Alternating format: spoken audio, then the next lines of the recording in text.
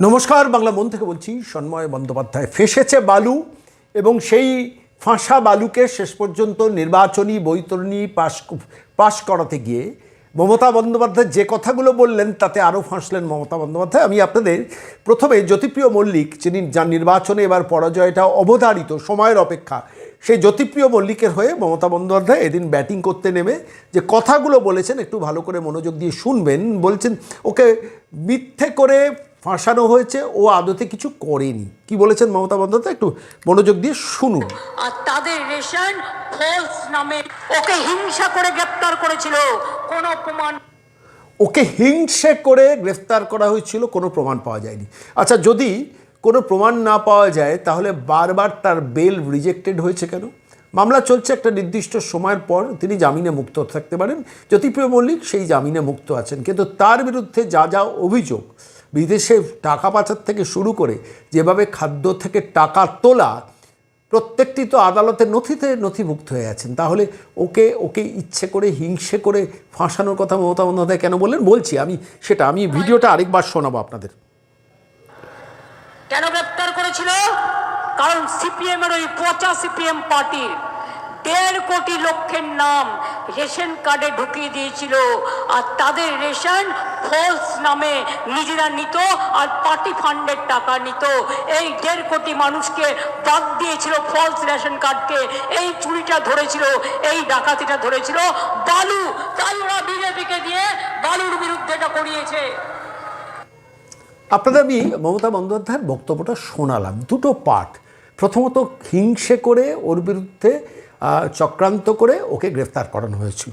আপনাদের যদি মনে থাকে, জ্যোতিপ্রিয় মল্লিক যখন গ্রেফতার হলেন সালটা 2022-এর পর, এবং সেই জ্যোতিপ্রিয় মল্লিক গ্রেফতার হওয়ার পর মমতা বন্দ্যোপাধ্যায় বলেছেন যদি ওর কিছু হয়ে যায় আমি ইডির বিরুদ্ধে এফআইআর করবো, বিজেপির বিরুদ্ধে এফআইআর করবো। তারপর দীর্ঘদিন ধরে তার বিরুদ্ধে চার্জশিট পেশ এবং তাকে জেলের মধ্যে রাখা, এবং একটার পর একটা নথি প্রকাশ্যে বেরিয়ে আসা যে জ্যোতিপ্রিয় মল্লিক কীভাবে খাদ্য দুর্নীতি থেকে টাকা তুলেছেন এবং কোটি কোটি টাকা তুলেছেন। তারপর শেষ পর্যন্ত তিনি ধরা পড়েছেন, ধরা পড়ে জেল কেটেছেন, তার বারবার জামিন রিজেক্টেড হয়েছে। নর্মাল প্রসিডিওরে একটা নির্দিষ্ট সময় থাকার পর তিনি জামিনে মুক্ত থাকতে পারেন, এখন সেই মুহূর্তে জামিনে মুক্ত আছেন। এটার পরে দ্বিতীয় যেটা খুব ইন্টারেস্টিং পয়েন্ট, যে পয়েন্টটা আপনাদের কাছে আমি উল্লেখ করব, যেটা মমতা বন্দ্যোপাধ্যায় বলেন, সিপিএম পচা পার্টি 1.5 কোটি ভুয়ো রেশন কার্ড ঢুকিয়ে রেখে দিয়েছিল এই রেশন ব্যবস্থার মধ্যে। আমি এই জায়গাটা আপনাকে খুব ইন্টারেস্টিং জায়গাটা নোট করাবো। তার মানে ভুয়ো রেশন কার্ডে 2011 সাল থেকে 2022 সাল পর্যন্ত ভুয়ো রেশন কার্ডে রেশন তুলেছেন লোকজন। ভালো করে ভেবে দেখুন, খাদ্য সুরক্ষা আইন মনমোহন সিংয়ের আমলে, এবং খাদ্য সুরক্ষা আইনের বলে এই পশ্চিমবঙ্গের মাটিতে দাঁড়িয়ে 6,02,00,000 রেশন কার্ড হোল্ডার আছেন যারা কেন্দ্রীয় ভর্তুকিতে রেশন পান। আর এই কেন্দ্রীয় ভর্তুকিতে রেশন পেতে গেলে প্রতি রেশন উপভোক্তাকে কেন্দ্রীয় সরকার সব মিলিয়ে 145 টাকা, অর্থাৎ 5 কেজি 2 কেজি চাল 3 কেজি গম বা 3 কেজি চাল 2 কেজি গমের জন্য সরকারের খরচ হয় কালেকশনের জন্য প্রায় 150 টাকা মাথা পিছু। এই 150 টাকার মধ্যে কেন্দ্রীয় সরকার দিচ্ছে 145 টাকা। 3 ধরনের কেন্দ্রীয় সরকারের কার্ড, AAY অন্তর্দায় আয় যোজনা, 15 কেজি চাল 20 কেজি গম, গরিবের থেকে গরিব পরিবারগুলো পান। PHH priority house hold 2 KG চাল 3 কেজি গম, আর SPHH 2 কেজি চাল 3 কেজি গম সঙ্গে চিনি।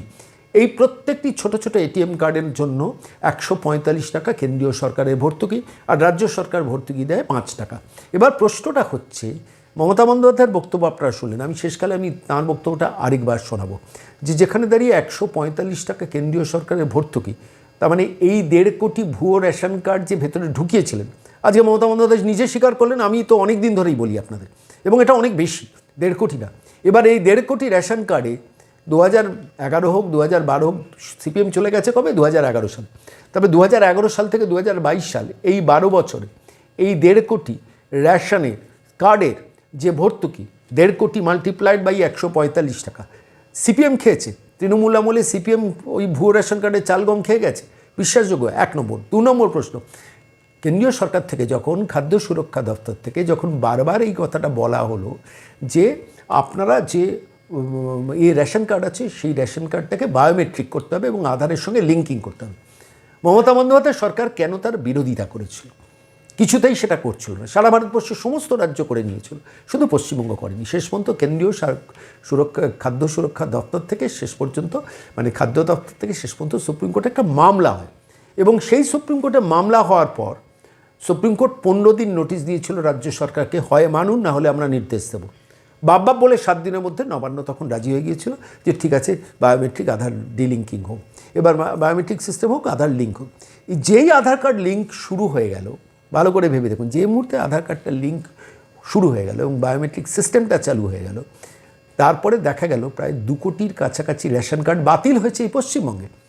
আর এই রেশন কার্ড যাতে বাতিল না হয়, তাহলে মমতা বন্দ্যোপাধ্যায় সরকার 2011 থেকে 22 পর্যন্ত কী করছিলেন? 1, 2 হচ্ছে তৃণমূল আমলে সিপিএম বসে বসে ভুয়ো রেশন কার্ডের টাকাটা, ওই ভর্তুকির টাকাটা মারছিল না, আসলে রাজ্য সরকারই টাকাটা মারছিল। সেই প্রসেস নিয়ে আমি আরেকটা প্রতিবেদন করব, অতীতে আমি একাধিক প্রতিবেদন করেছি। এই টাকাটা রাজ্য সরকার সরাচ্ছিল, আর কেন্দ্রীয় সরকারের এই ভর্তুকির টাকা থেকে আলু বালু কালুরা টাকা মারছিল, বিদেশে টাকা পাঠাচ্ছিল। সেটা নিয়ে প্রচুর প্রতিবেদন আপনাদের কাছে করছি, আমি ব্যাখ্যায় যাচ্ছি না। কিন্তু প্রশ্নটা হচ্ছে, জ্যোতিপ্রিয় মল্লিকের পরাজয় কি এরপরেও আটকাতে পারবেন? লোকজন বলে, উত্তর 24 পরগনার আমরা ওই সব অঞ্চলের লোকজন বলেন ডাকাত বালু।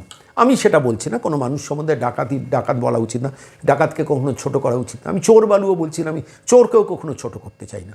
আর জ্যোতিপ্রিয় মল্লিক সম্বন্ধে যত কম বলা যায় তত ভালো, বালু মল্লিক সম্বন্ধে যত কম বলা যায় তত ভালো এই পশ্চিমবঙ্গের মাটি থেকে। তাহলে জ্যোতিপ্রিয় মল্লিককে খাদ্য দপ্তর থেকে মমতা বন্দ্যোপাধ্যায় আপনি সরালেন কেন? আপনি রথীন ঘোষকে বসালেন কেন? আমার প্রশ্নটা তো এখানে। আর এখন নির্বাচনে জ্যোতিপ্রিয় মল্লিককে দাঁড় করিয়েছেন কেন? কত টাকা খাদ্য দপ্তরের সরানো টাকা ভাইপোর ক্যামেক স্ট্রিটের অফিসে যেত, এবার বলতে হবে তো, নির্বাচনের সময় আপনাকে বলতে হবে মমতা বন্দ্যোপাধ্যায়।